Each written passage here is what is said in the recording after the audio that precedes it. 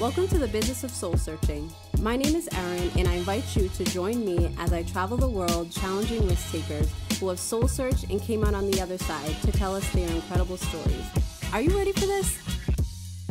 All right, everyone, I'm here with Renee, and this is another episode of the Business of Soul Searching. And so I met Renee at an expo, a month or so ago. And what caught my eye is the fact that not only does she do makeup, but also vegan makeup. So I thought that was just super original. So I was like, we have to find time to do an interview. So I'm here to just find out more about her brand. Never underestimate Simple and US. And so she's just going to tell us a little bit about it, and we'll just go from there.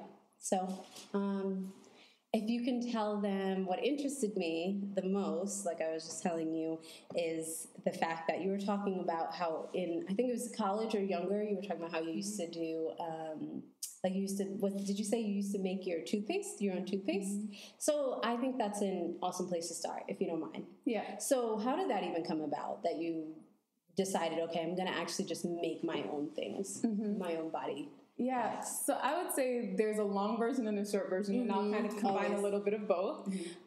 Essentially, when I was about 12 years old, a very close family friend had passed away from cancer. And I remember getting this book talking about different types of natural cures, and I became obsessed with understanding natural health, wellness. And then over the years, I was focused a lot at that age. I mean, I'm 12 years old, so there's not much I can do in terms of, changing and uprooting my life. Flying across the country or changing my life because I was my mother's child, and she's great. But some of the things that I was learning, I wasn't necessarily able to start doing in that moment. And then over the years, another layer of it became just the importance of the things that we put on our skin. And so I'm very intentional, not just about what I put out on the outside of my body, but also what I put inside. But what I was learning was that a lot of the ingredients that we use, especially there are certain chemicals, obviously, that are inside of products. A lot of those ingredients are extremely toxic, and there's not that much regulation. So for me, it was important to start making my own products because I just felt like there wasn't a lot on the market that I could trust, or there were companies that would position themselves as natural, but it was like natural with quotation marks. Yeah. And exactly. Natural. Exactly. So I'm like, I want natural without the quotation marks, so I'm just going to figure out how I can make these things. And so in that sense, I was self-taught in terms of the products that I made, and it ranges for my personal care, not necessarily that I sell deodorant, toothpaste, hair masks, face masks, like everything that I use in my daily life on my skin, I typically make. Okay. Yeah. And so what is marketing like in Brooklyn? So for my listeners, we're in Brooklyn right now, New York. And so you not just sell in Brooklyn, we met in Connecticut, but what is the market like here for beauty? Yeah, I would say there is a strong and this is true not just in Brooklyn, but I would say there are a large group of people, or a strong minority of people that are really passionate about making sure that they're using more natural products. So I would say it's partly what's the market for beauty, but a lot of my customers aren't necessarily like beauty gurus or like, oh my gosh, I love beauty. They might not look like that, but they're like, oh, I would use these things, but I'm tired of like the crap that's in my products. I had a customer at an event that I did 2 weeks ago that she literally took lipstick out of her bag and threw it in my garbage bag. She was like, I'm never buying this crap again. And she was ready though. I felt like she was just waiting for someone to give her a better alternative, I bet. Yeah. And I think that's a lot of people actually. They're like, oh wait, I've been looking for natural, and that's how I felt. Yeah, exactly. So who is your target audience, do you feel like? Yeah, I would say my target audience are the large picture is people who want to be fierce and fabulous, but they don't want to have to compromise their health. Hello. Yeah. And I would say another layer of that is that even in the natural market, because some people might ask, oh, but you're not the only natural company. I guess like when you actually start looking at ingredients, there really aren't that many that are using primarily natural ingredients. But outside of that, I think a lot of those companies don't necessarily market to women of color. So I'm like, oh, it's cool. They have like Alima Pure, they have Jane Iredale, which are really, really awesome companies. But I felt like the selections that I was seeing, I'm like, I don't want to wear that color. Like, I want something that looks like this. I want it to pop like this. I want it to complement my skin tone. And a lot of the companies that do exist in the natural space don't necessarily do that. Interesting. Yeah. So, because I'm just getting into makeup, which is another thing that I was attracted to this. So you, like you were saying, you don't feel like it's really geared, like the natural brand isn't really geared toward women of color? I would say it's not that the natural brand isn't, but I think when you're looking for natural cosmetics specifically, a lot of the companies that come to mind don't primarily cater to women of color. Yeah. Yeah. But there are a lot of women. It's interesting, though. It's like actually fascinating because women of color actually make up like a large majority in terms of percentage of shopping of beauty products, cosmetics products. That's like the Latina women in particular actually are like the highest in terms of beauty consumption, whether it's cosmetics, beauty products, hair products, things like that. Wait, you mean like actual, like non-natural makeup or natural makeup? No, I just mean cosmetics in like general. to get like exactly, the consumers. There's a lot of research, especially that Mintel does, that focuses on beauty consumers and who is like really making the most moves in the beauty industry. And Latina women are at the top of that. I would say African American and Caucasian women, Asian women, of course, yes. Asian, I would say the Asian market is definitely more prominent when you're looking at natural products in general. Interesting. But yes, it's so I thought that was fascinating. I was like, oh, some of the women who make up the majority of purchases or the majority of like the percentage in that industry aren't necessarily being catered to, or I think could be catered to in a much more like intentional way. Yeah, which is the point of marketing, is like finding your target audience. Yeah. So, but for you, like that is your target audience, or whoever, of course, wants to buy it. Yeah. But you're trying to, as an entrepreneur does, fill a gap of like, okay, these type of people maybe aren't getting the type of makeup that they may want, and so you're providing it. Absolutely. It's like you want the colors that pop, but then if you go to a lot of the companies, it's like, oh no, like you just don't necessarily find that. And I'm not saying that there aren't any companies that do that. But that's just something that I noticed. And the reason why, I mean, like I said, I've been making personal care products for a very long time now, like 7 years, deodorant, toothpaste, those things. But the reason why I started making lipsticks and cosmetics in particular is because I bought my first lipstick and I was super excited. And the person who was selling it was like, yeah, it's natural. And I was like, the pink was like so popping. I was just like, nah, like what created that? I wasn't even saying, oh, this isn't that, but I'm just like, what created that? Yeah. And then the owner sort of mumbled food coloring. And at first I thought she said fruit coloring. So I was like, damn, like I need that fruit. Yeah. But she said food coloring. And I was like, that's not exactly what I'm going for. I don't want petroleum-based dyes. I don't want potential coal tar. I just don't want dyes or synthetic dyes in general. I just want my lips to be a different color. Right. In a natural, like if I just took some berries in a forest and like put... Yeah, kind of. I mean, in a sense, I would say it's not quite berries either, because when you put on berries, like it's not going to give you that kind of different way. It stains in a different way, and if you have dark colored lips, it stains in no way. I'm watching these YouTube videos and I see women who are putting blueberries on their lips and it gets tinted. I put blueberries on my lips and I just see my lips. Basically, you're like, like it's not showing up the same.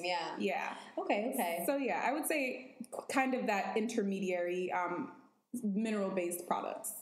What do you think holds back women of color from buying your product or any natural products that you've noticed? Holds back? I would say, if anything, if you're thinking about the natural market in general, a lot of people are just concerned about performance. They would say like, oh, they want natural, but they still want it to work well. And that makes sense. Like if I buy deodorant, just because it's natural, it doesn't mean I want to smell after 6 hours. Sure. I want it to last in the way that the other products that I use would last.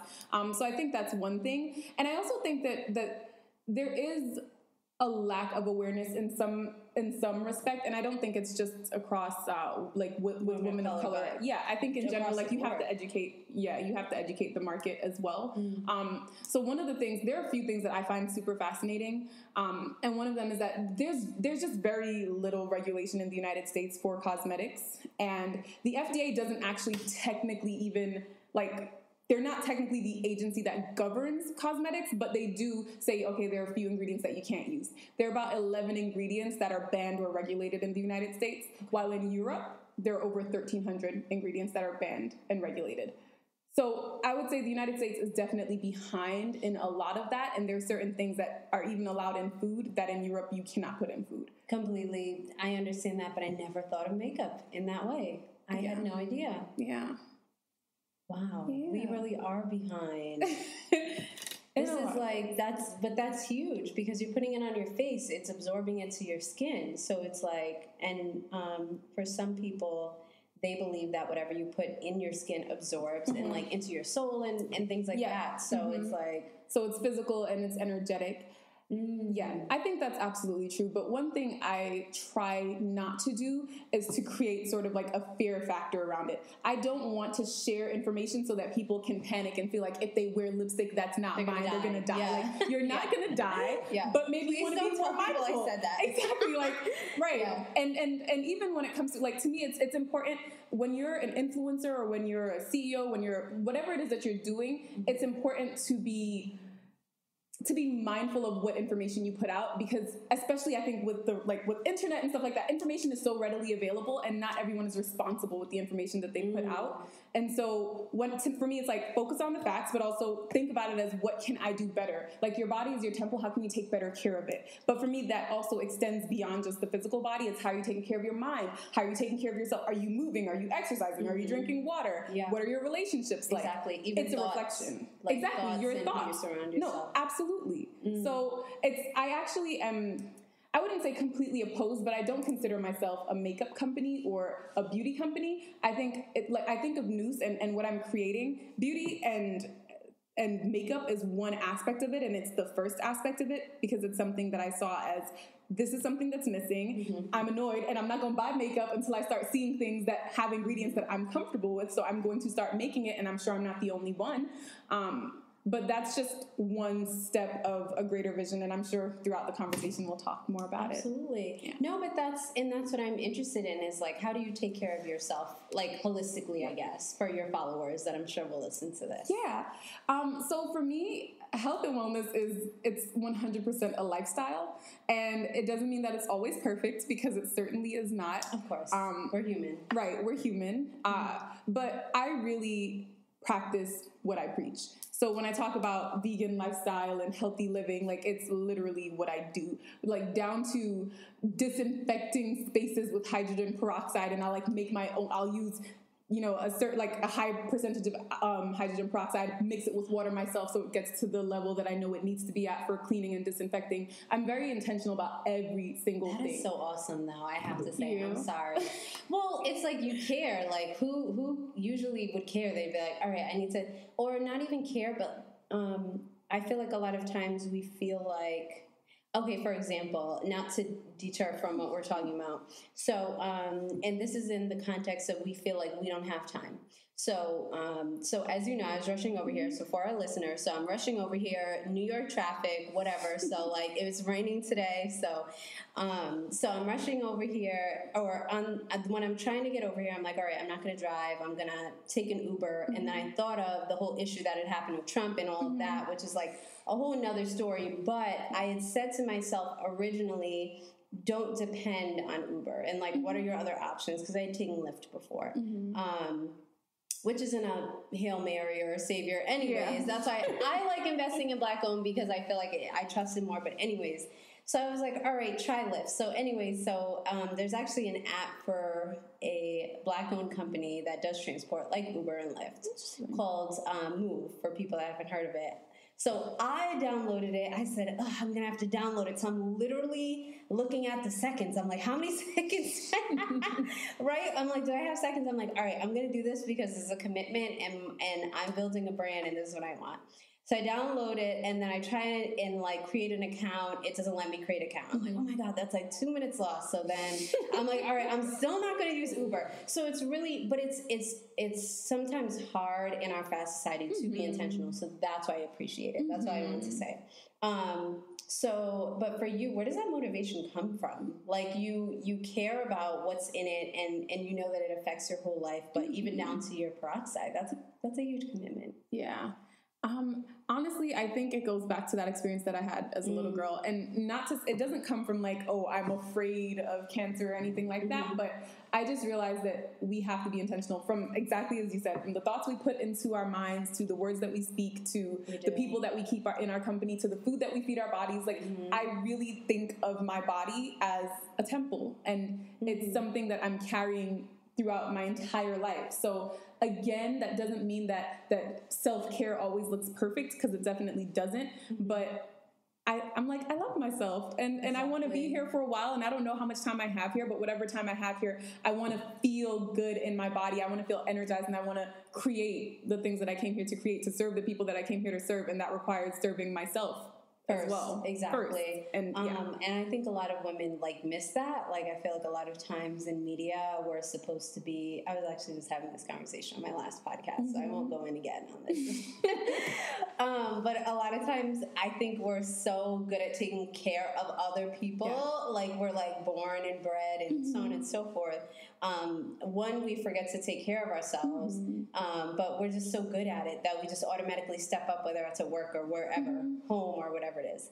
But that's great that so are you vegan like in eating? In real life? Yes. Wow. I've been vegan for over 5 years now. Oh my goodness. So it started with kind of the makeup facet and then the food? No, food was always first. Food was always primary. And then other personal care products came in. I would say, I think, honestly, a part of it too. So, of course, like that first experience when I was 12 years old. And then I think natural hair has the potential to be a transition period, not just for like people to go from chemical to like non-relaxed, but to transition their lives in a lot of ways. Totally. Yeah. And so I've always had natural hair, but when my sister was going through her natural hair journey, I also became more intentional about the products that I was using in my hair, because I'm like, nah, like, and it's something that you're forced to do, because you're like, well, you know, I have length goals, I want my hair to curl, like, and people are like commenting in the group. Yeah. I don't know if you're in a group too, but yeah, totally. But also who you meet too, like your relationships also, like it just affects and you just look at the world differently, I think, when you go natural. I think that's absolutely true. And so that's a part of it. I know when I was in high school, my aunt was the only vegan that I knew, because she became Seventh-day Adventist, and she decided to transition to a vegan lifestyle. Okay. And so like learning about, like I was looking at it from afar and I'm like, oh, that's kind of cool. But then I started learning more. Than when I was in college, I watched Food Inc. And it spoke a lot about, you know, factory farming in the United States a lot of the toxins. Yeah, the scary part. No, but I've heard of that, but I feel like I should watch that. But you're like, not yet, I'm not ready. I know, to let go of. Well, the Black community, it's like we're so heavily associated with meat. Yeah. But yes. I mean, I grew up eating meat. I loved meat growing up. Like I like that was my stuff. I was like, mommy, I'm Jamaican too, so oxtail, stew peas, all of that. Like I wanted it all. I would cry. But I feel like for you, it's part of your lifestyle, though. Absolutely. Like, and you're good with that. But so, from looking back, how do people take steps towards that? Do you think? You start somewhere, right? So for instance, with Food Inc., I watched this documentary and I'm like, crap, like I'm not here for that.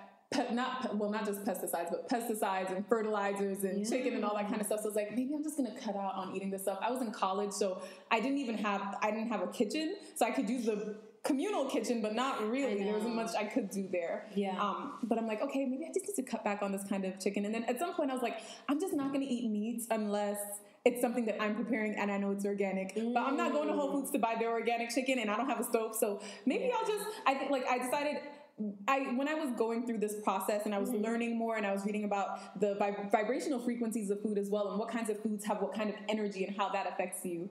I've heard of that. Yes. There's a lot. And Is that true? The vibrational... I'm about to say it's true for the people who studied it. And I personally do believe, I think everything has energy and everything has like vibrates at a certain frequency. More than people, but people have it. I think everything has it. And for me, it was physical. So it was definitely like, oh, there are these kinds of chemicals. There are these, I don't want to eat that. But then it was also spiritual. I was like, I don't really want to consume the energy of something that is suffering and struggling, or in a pen where there's like 5,000 different of the same animals living in your feces. You're walking like I was like, I don't really want to. I don't want to consume that energy either. So like death and fear and all those kinds of things that I associate with that process. That's so powerful. Because it does, I forget who I have so many conversations. Some people I don't even like get their name, but we have such amazing, but it's like, they were talking about like the death and fear, and that translates, I wish I remembered, I would shout them out right now. Shout out to you. I know whoever it is. I know they'll be like, the one time I need you to shout out my brand. No, I'll remember, and then we'll get you next time. But so they really were talking about the fear and just pain of the animal and how that translates into what you're eating, and then that translates into you. And so that's, I have heard that before. Yeah. So you just have to be careful. It's kind of the same thing with lots too. Like you have to be careful who's washing your hair, who's touching your hair, because like, especially hands, like not even just oils and cleanliness, but like energy, like your hands really are like your direct way from, I think, your energy to transmit. So, so your brand has grown, and so where do you see it going? Where would you like it to go? Yes, where would I like it to go? So for me, like I said, the first thing that I put out for the people who know me, obviously it's always been like a holistic lifestyle process. Yeah. But in terms of events and things like that, obviously it's definitely like, oh, natural, vegan, all that kind of stuff. A lot of times I'll start talking to customers or just people who pass by about like my food lifestyle as well, because most people are like, but are you vegan too? Because it's like vegan is sexy. It's a sexy word. Everybody wants to throw it around like, oh yeah, it's a vegan, like free. Yeah, I'm this. Right, exactly. But it's like, but you okay? It's cool. Really? It's cool. But it's lifestyle. They're looking to see, are you authentic? Like authenticity. Absolutely. Are you okay? Absolutely. So So for me, what's important as a next step, and I really think that it's a part of my reason for being here, is to just help people to live happier, healthier, more beautiful lives in every single aspect. So whether that's from a product that they're putting on their skin, or just being more intentional about their relationships, more intentional about how they move their bodies and how they feed their bodies, how they feed their minds, it's truly a lifestyle. And I think beauty starts within. So it's great to be able to adorn yourself, and I think that's fun, and it's, you can play around with that, but it is essential that like every woman, at least to me, feels powerful and brilliant and beautiful from the inside out, because I think when you feel that way, you radiate that kind of energy, and you attract that kind of energy as well. And you'd be surprised what you'll attract. Like once you start being more confident in self, like confident in your own skin, you'd be surprised who, not even just dating wise, but friends wise, even like your relationships, your friendships, you're like, wow, they love this about me. And so it's like 2.0, life 2.0, everything levels up. So for you, like, if your experience or people that you know, because something that I would think of if I was many of my millions of roadblocks, because that's what we do when we think of, oh my gosh, or for me, I have a million excuses why I can't be vegan. That's why I would like to, but we put these mental blocks, and hopefully I can kind of downsize this. But one of the things is like, what do you eat when you go out to dinner? Oh, see, okay. Or the vegan struggles are real. No, the vegan struggles are real. I'm not going to pretend like they're not. Yeah. And to speak to your point, I don't think I addressed it earlier, but I was also vegetarian for a year and a half before I was vegan. Okay. So I knew that I didn't even think of it as a transition, to be honest. I knew that the end goal was vegan, or I thought at that point raw vegan. Okay. My goals have since changed, but that was the end goal. So I was like, okay, I can be vegetarian. I'll cut these things out.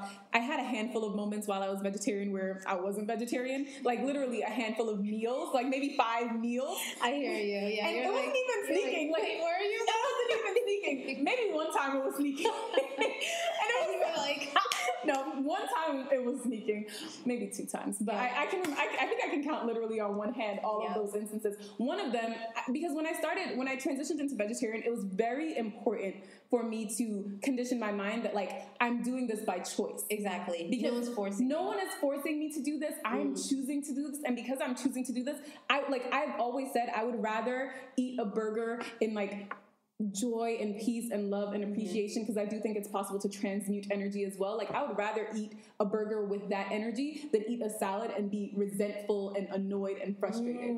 And so when I made vice versa. Exactly, or vice versa. Like to be like, oh, I really don't want to eat this meat, exactly, but it's here and everyone else is eating it. Exactly. So I don't ever want to put myself in a position where I feel like I have to do something, or that there's some force outside of me that's preventing me from making the decision that I really think is best. And so when I transitioned to vegetarian, I was like, okay, if there are moments where you have a desire for something, it's okay for you to do that. But I had very few of those moments. And to be honest, like when you put a label, you eventually kind of start to fall into that dogma. So it's like, oh, this is what I am. And people I'm a vegetarian. Say it to you, and people will say it to you too. And they're like, why are you eating that? Aren't you vegetarian? Or they're like, oh, our friend that's a vegetarian, like, oh, this is our, Yes, exactly. Yeah. And so I didn't want to be associated with dogma. I just wanted to make a decision that I felt was best and follow through with that. So I remember that Thanksgiving, I was like, Mommy, I need salmon. And then I went home and my mom made salmon, but that entire week I was eating avocados. And so by the time it was Thanksgiving Day and I got the salmon, she didn't even make it. My aunt made it. She's a great cook, but that was not Mommy's salmon. You're like, that's not it. It wasn't it. But like by the time I got the salmon, I didn't even want the salmon. I was like, maybe I just needed some fats. Maybe I just needed these omega-3s. Yeah. Maybe I just needed to eat those avocados. Exactly. Yeah. Isn't that interesting? It is. Because my understanding is that you can get what you need without eating meat. Like you can get whatever nutrients is necessary from like different vitamins. Yep. So what do you take? Do you take vitamins? Yeah, there are some vitamins that I take, and there are certain things that are very difficult to get, even if you're eating meat. To be honest, like for instance, vitamin K2 is really big. It's really important. Your body naturally converts vitamin K. So like if you eat leafy green vegetables and you're getting vitamin K, it naturally converts a percentage of that to K2. But I know I might be getting a little too scientific. This is literally how my mind works, though. That's awesome. But it might, it's able to convert a little bit of it, but not necessarily, it's not a very efficient process. So you can get vitamin K2 from fermented foods. And if you're eating like organ meat, so if someone is eating hearts, brains, liver, stuff like that, then they are able to get more of those types of nutrients. But for the most part, vitamin D, obviously, it's sunshine, and a lot of people are deficient in it. That's not really food related. I know, no matter what they're eating. Exactly, no matter what you're eating. Vitamin K2, for me, what I started to do is to make natto, which is a fermented soybean. Okay. I try to avoid soy unless it's fermented, so I'll literally just put a little bit of this powder and let it ferment for a couple days. It's the highest source of vitamin K2. I supplement with vitamin D only because I found that I was really deficient, so I'm not really trying to play that game, and these East Coast winters, you would not be able to get sufficient sunshine, especially if you're brown skin, because the darker your skin is, the harder it is for your body to create vitamin D, because it's like a natural block. It blocks. It blocks it. It naturally blocks it, so it's harder. Okay. Yeah, exactly. So it's harder for your body to translate that into vitamin D in your body. So I didn't know that. People of color are more likely to be deficient. That is so intriguing. You have to stay out in the sun longer in order to get the same amount. But we look so beautiful when we get sun. That's what I'm like, wait, my brain is trying to understand. I'm like, hold on. So it takes longer for vitamin D. That makes sense because our skin, just because if you think of heritage-wise and where we're from and everything. So it takes a while. So in the winter, I should probably be doing vitamin D supplements? I think most people should be. Especially if you're on the East Coast. If you're on the East Coast, you're it doesn't matter what complexion you are, you're not going to be getting sufficient vitamin D even from being outside. Most people will not. But if you're a person of color or the browner your skin is, you definitely, you need more exposure to the sun, longer exposure to the sun to produce the same amount of vitamin D that someone who has lighter yeah, skin. exactly. Okay. Yeah. I hope someone that's listening to this is as like blown away. I'm just like, what? Like my brain is like, wait, really? Okay. So I felt like I deterred you. So your brand. So so people ask you about whether you're actually vegan. So you are doing makeup now, but you want to expand it. Absolutely. So sorry, I completely went left on like I love food and I'm so about it. It's lifestyle, and I want people to know kind of how you live Yes. this and how to get into it if they're interested. Yes. I'm here for all of it. Good. So where else do you wanna kind of? Yeah. So I see it when I think about next steps and what that looks like. A part of it is obviously like I'll expand different cosmetics because I know a lot of customers are like, oh, do you have this yet? Do you have that yet? When are you going to start making that? So obviously, like I do want to have options that I would be open to using, and I'm very particular. Yeah. So I'm like, if the ingredients don't cut it, it's not happening. Yeah. So definitely expanding that, but also expanding into other personal care products. So a lot of my customers will be like, wait, you make deodorant? Does it work? Does it work? Because I tried that natural and I'm trying to get rid of this aluminum, but it's not like the products that I'm getting aren't working. Okay. So moving into other personal care products as well. But as it is a lifestyle, one of the next steps more immediately that I want to take is being more intentional about educating my audience base and like sharing information. I've literally learned too much in my life, and I feel so selfish keeping all of this information in my head. Okay. I share it with my friends. I share it with my family. They're like, oh yeah, you should make a blog about that. You should make a blog.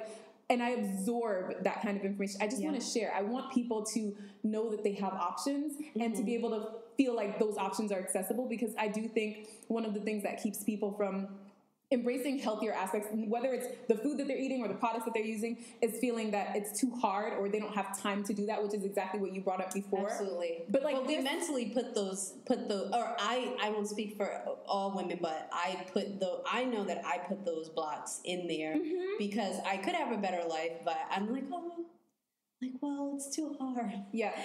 But no, so yeah. Absolutely. I think it's feeling like it's too hard and like we're so busy, and exactly. I do it sometimes with business. Like, I have so many things to do. Like my head has a billion things that I know I need to do, and it's like there's just so much going on up there that I end up doing nothing. Exactly. Yeah. I get paralyzed. Exactly. Today is not a good day. Well, it zaps your creates. This is. I don't know if I'm lying to myself when I say this, but I tell myself, if I'm overwhelmed, how am I supposed to be creative to make a blog or whatever I need to make? So sometimes it is good to rest. But so for you want to share this information.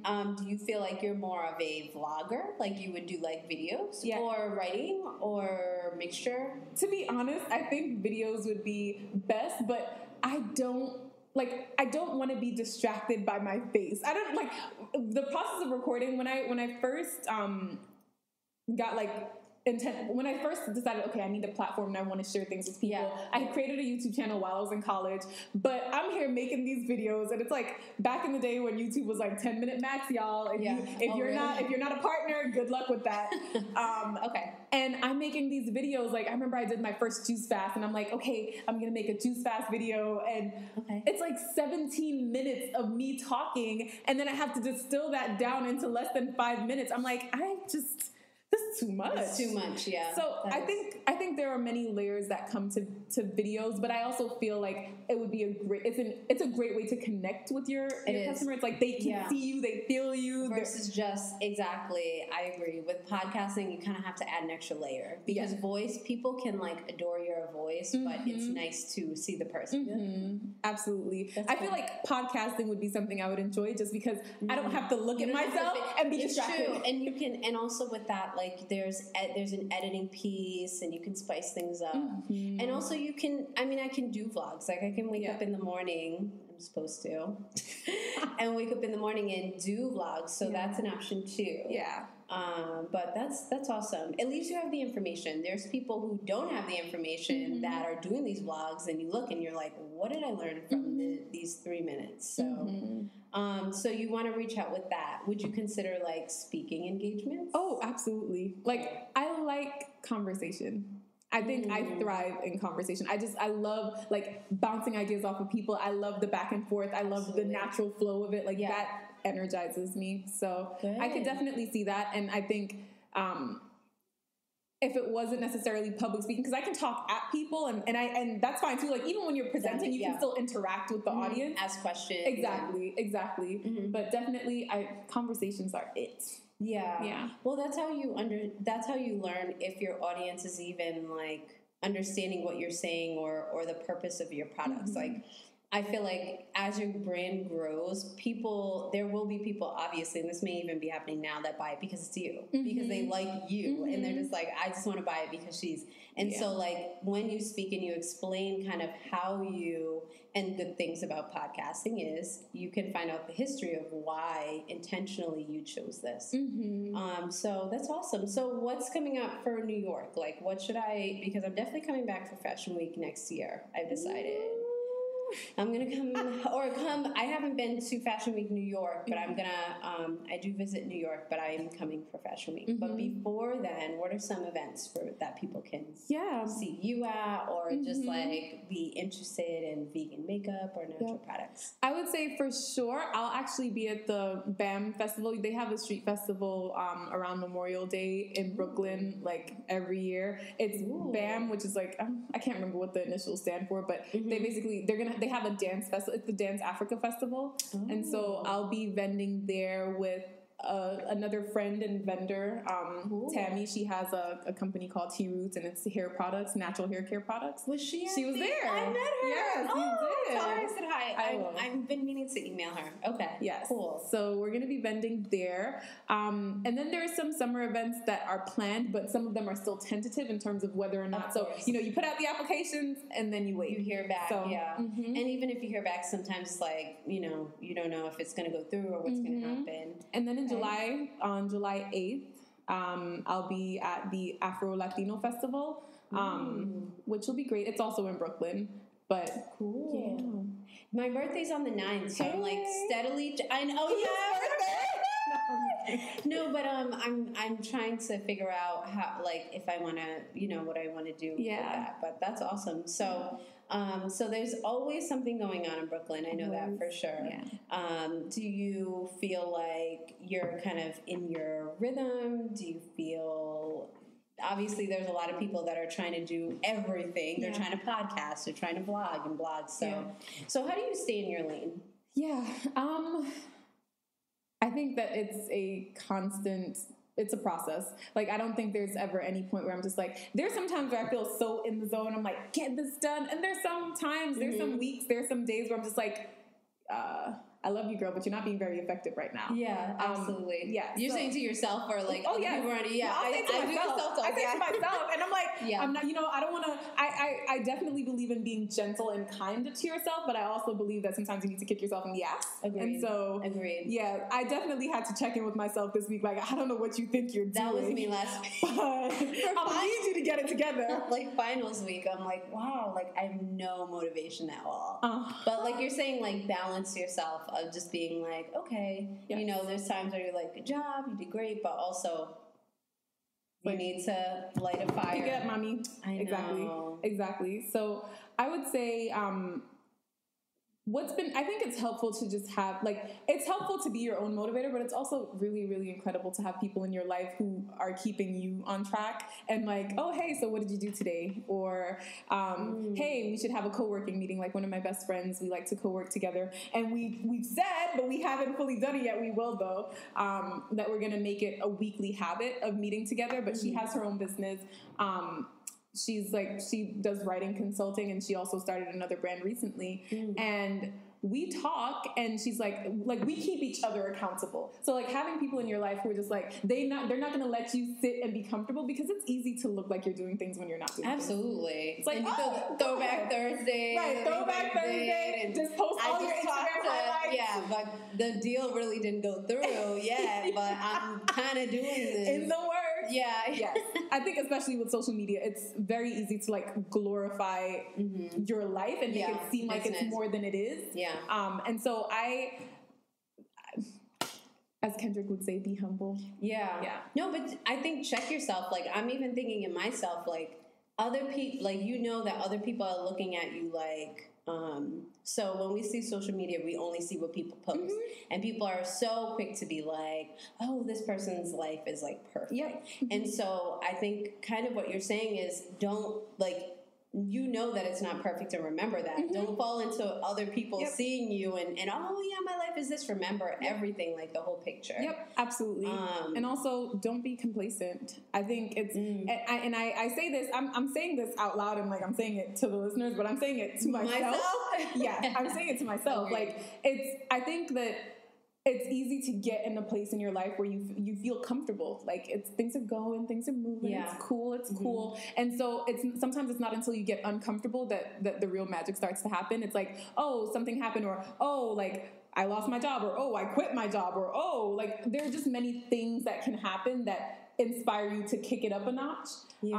Oh, I lost a loved one, and like there are just many things that I think can happen in your life that kind of is that impetus, but it's easy to get complacent with where we are, and like that voice in you knows what you're here to do and knows what you're capable of. And so I think sometimes for me it's just like reminding myself where I'm going and why I'm here, because sometimes I don't feel like it. Forget. Yeah, sometimes you forget, kind of. You kind sometimes of you forget, or sometimes I don't know. Yeah, sometimes you forget, and sometimes you just don't feel like it. Like those words. Oh, those would be the death. I don't feel like it. Okay, I mean, and my mom hates that, and I was just like, "Why? I'm telling you, I don't feel." She's like, "Why do you say that?" No, but seriously though, like it's easy to like, and like I said, I'm all for like celebrating yourself and like being honest with where you are and like self-care, and if you don't feel like something, okay, fine, but totally sometimes you have to do things that you don't feel like doing. When you own a business, when you decide, like, you set a purpose for your life and you set a path that you're going down, there will be many days that you don't feel like it, but I think I have to remind myself, and I consistently remind myself, that I'm not doing this for me. I'm doing this for me also, because it's something that I feel I need to do. But I'm doing, like, I came here to serve a purpose, and I came here to serve people. And so if I'm not doing the work that I know I am supposed to be doing, or quote unquote should be doing, or want to be doing, exactly. If I'm not doing that, I feel empty. I feel like crap. I don't really like myself that much. Like, and I don't think anyone does. I don't think anyone is like, oh yeah, not really doing anything with my life right now, but love me. Like, that's not really how it goes. And so it's like, okay, well, it's not really about you. Like, yeah, maybe you don't feel like it, but like your purpose is not for you. It's for the people that you came to serve. And so keeping that in mind, definitely. I mean, and then also obviously keeping in mind like the things that you want from life, because usually if you're not living in that purpose, you're also not experiencing or living the like richness of the life that you want to live. And so for me, it's like, all right, doing it for them and doing it for these things that I want to experience and the relationships that I want to have, and all of it. And it's a tough balance. It is. So I guess as we wrap up, what are some tips that you can give to people, or like just anything about, taking risks that you've learned? Yeah. It's so funny. A former president, I went to college in Massachusetts, Babson College, and I've heard of that. Yeah. So our former president wrote a book called Action Trumps Everything. And for me, it's really... When I was going through the process of starting up this business, and that's just one example of risk-taking, I think, from the outside, I definitely know, like, when I just started and I'm making products, I realized I was going through a Tony Robbins DVDs, CD series, and one of the things I realized was that I had a limiting belief that, like, what I had to offer wasn't enough. And it was stupid. Like, it didn't actually come from any real thing. Like, there's nothing that I lived in my life where it's like, I put something out and people were like, that is unworthy. Like, no one put that onto me. True. I put it onto me. Agreed. And so it was just like, oh, what I have to offer is not enough. And then as I kept digging deeper into that thought and that belief, it's like, if you think what you have to offer is not enough, then it kind of follows that the person who's creating these things is not enough. And so it's like, oh, do I feel like I'm not enough? But I was like, I love myself. I really do. I promise. I love myself. Exactly. But like, it's not really just about like, oh, you love the person that you are, but it's loving yourself enough to know your worth and to trust your worth and to trust that you are here for a purpose, whatever that is. It doesn't matter what it looks like. No one else dictates what that purpose is, but true. It requires that you take a step even when you're not comfortable. You, like, at least for me, I would say at no point in my life did I go out and do something where I'm just like, oh my gosh, like, I mean, I might feel confidently, I might feel like, oh, I can do that, but there's no step that I've taken, and especially I would say in business where I'm just like, I'm gonna, like, that is, yes, like, that's, like, I can't wait. It's like, yeah, it's scary, and it's not like comfortable. So it's uncomfortable. Maybe the chest starts to palpitate until you get into a routine, because momentum will do that. Like, if you keep doing something, eventually you get comfortable with it. But when you're starting, you will never feel ready. Like, I'm here talking about this blog and all this kind of stuff that I'm like, okay, well, Renee, you knew that that's what News was about 2 years ago. And so then you go to bed, you're like, oh my God. Like, I'm here, I'm going to bed, sleeping on my dreams, no big deal. Yeah. Seriously. And it's like, you're never going to feel comfortable. There's at no point in time when you're making a decision or when you choose to do something that is actually going to advance your life, you're not going to feel, it's scary. Yeah, it's much different. So why would it feel comfortable for you? Unless you're detached from those feelings. But most people aren't. If it's something you care about, you're pretty invested, emotionally invested in it, but you're never going to feel ready. And so taking a step and putting yourself out there, and one thing I think is the more you put yourself out there, for the most part, and I'm not going to say it's not the same, like, somebody's going to be like, oh, but she lying because she said when you put yourself out there, people are going to support you. I put myself out there and everybody's coming for me. And this guy left me on red.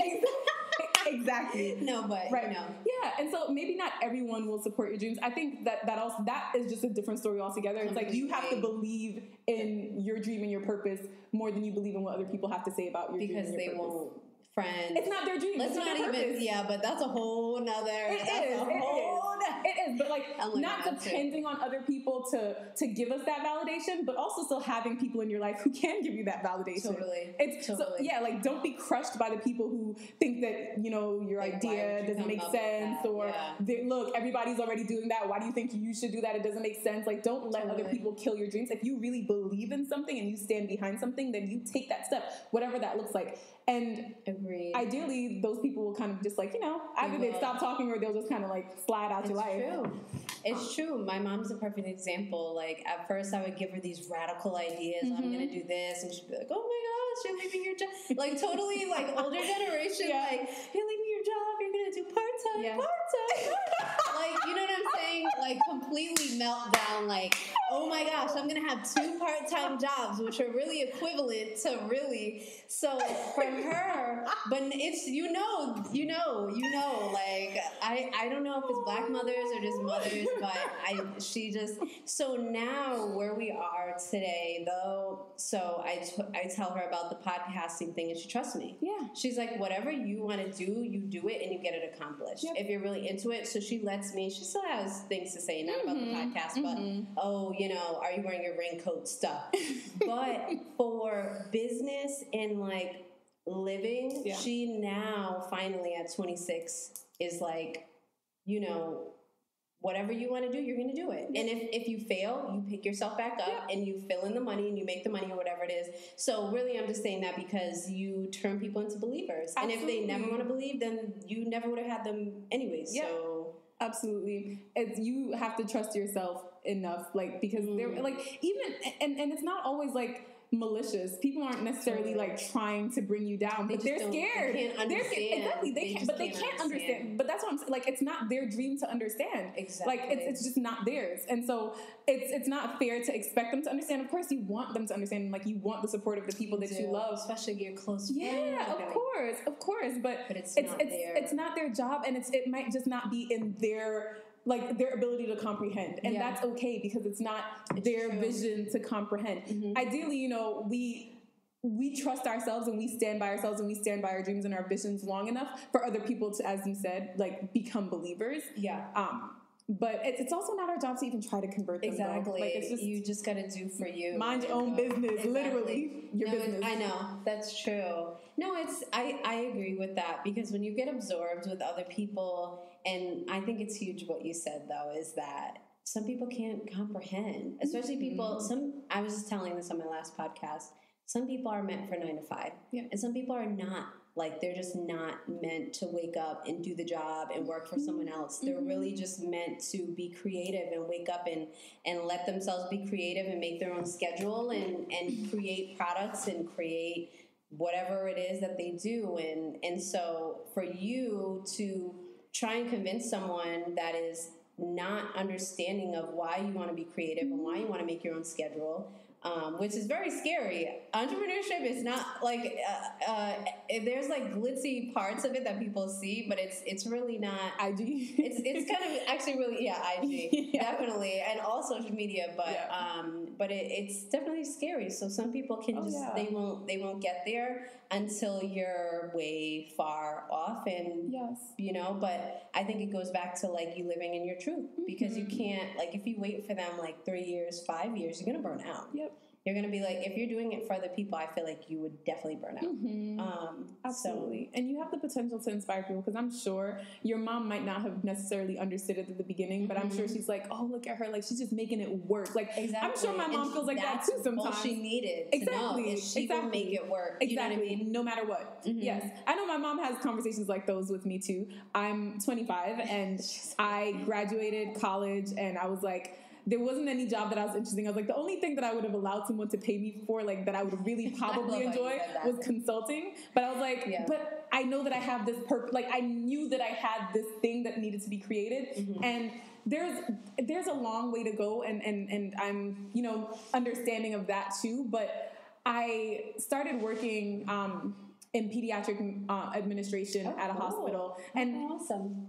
I mean, it was administrative, so I was doing, administrative work and registering and this and that. And I remember, like, it's not that there's anything wrong with the job in and of itself, but I didn't really feel fulfilled. And it's because I wasn't doing what I knew I was here to do. And so I made a promise to myself when I started. I was like, this job will not see me in 1 year. Like, that was I was like, before 1 year ends, like that, like I have to be gone. You just know. Literally, my last day was one business day shy of my 1 year anniversary. And I had left like that. So Monday would have been 1 year.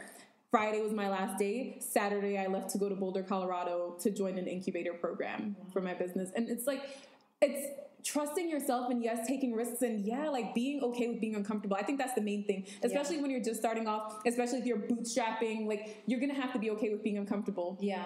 And being with other people we were talking about earlier that have like 5, 10, 15, 20 years in the game, that you're like, okay, like, I still believe in myself. Like, going back to you telling yourself, I can do this, I want to do this, I need to do this. Yes, and having friends who are like killing it in the corporate world where it's not for you, like, you don't want to be doing it, but it's like, oh man, that steady paycheck is looking nice. Like, absolutely. And I'm like, the reason why I'm like throwing my hands up when you were talking about part-time, like, after I came back, like, I was like, okay, well, maybe I'll have to, like, get a full-time job while I do this. And the person who was the head of the incubator, he's like, maybe you can do part-time. So I'm like, okay, how much do I need to earn in order to continue doing this? Right, exactly. I'm like, I can't work for this dollars an hour, because that's gonna have me slaving away and still not for nothing. Right. You have to, like, you're gonna have to make, there are sacrifices that you'll have to make, and sometimes it'll be sacrificing sleep, sometimes it'll be sacrificing your own complacency and your own fears. Like, you literally have to sacrifice your fears. And sometimes it'll be sacrificing that steady paycheck. Agreed. But you make a decision about what you're willing to give, and then I think the rest of it is just like building momentum, and that requires consistency, which it can break that easily. It is. It can. But if you're not consistent, but I think it really all boils down to motivation. Because you can, like, want something for 3 years. It's almost like dating. You can be like, oh, I like this person for like a year, or like 5 months or 2 months. But it's like, if you really, really are focused on it and you're living in your truth, at least what I've seen and what I'm coming into with this podcasting thing, I'm realizing it takes a lot of motivation, want, and need. Like, I need to do this. This isn't like, oh, maybe, no, I don't want to do anything else other than this. So everything is morphed, like, everything that I do, whether it's finishing school or whatever it is, saving, it goes to this. But It's a scary thing. But I empower people through talking to people like you about, like, it's okay to take a risk, and it's okay to fail, and it's okay to not fail. Are you really failing? Is it just like a deter? Yep. So, so I guess tell people as we wrap up where they can find you, and hopefully we'll get some vlogs in the future. Yes. Oh no, it's not hopeful. Speak that into fruition. Not even speak that. I gotta write that into, like, I gotta create that into, like, it's not going. My words aren't going. Okay. Yeah. No. Yeah. Absolutely. Though. Yeah. So social media. Social media. So my social media is kind of split, especially on Instagram. So I have my personal page where I think I focus more on, like, you might see a little food post, a little fermenting here and there. And that page is my first name, which is Renee, RENEE .Edwards, EDWARDS. And then my business page that's focused currently on the vegan cosmetics is Noose Beauty. So that's NUS. N as in Nancy, beauty. And again, Noose stands for Never Underestimate Simple, which it's core to everything that I believe in.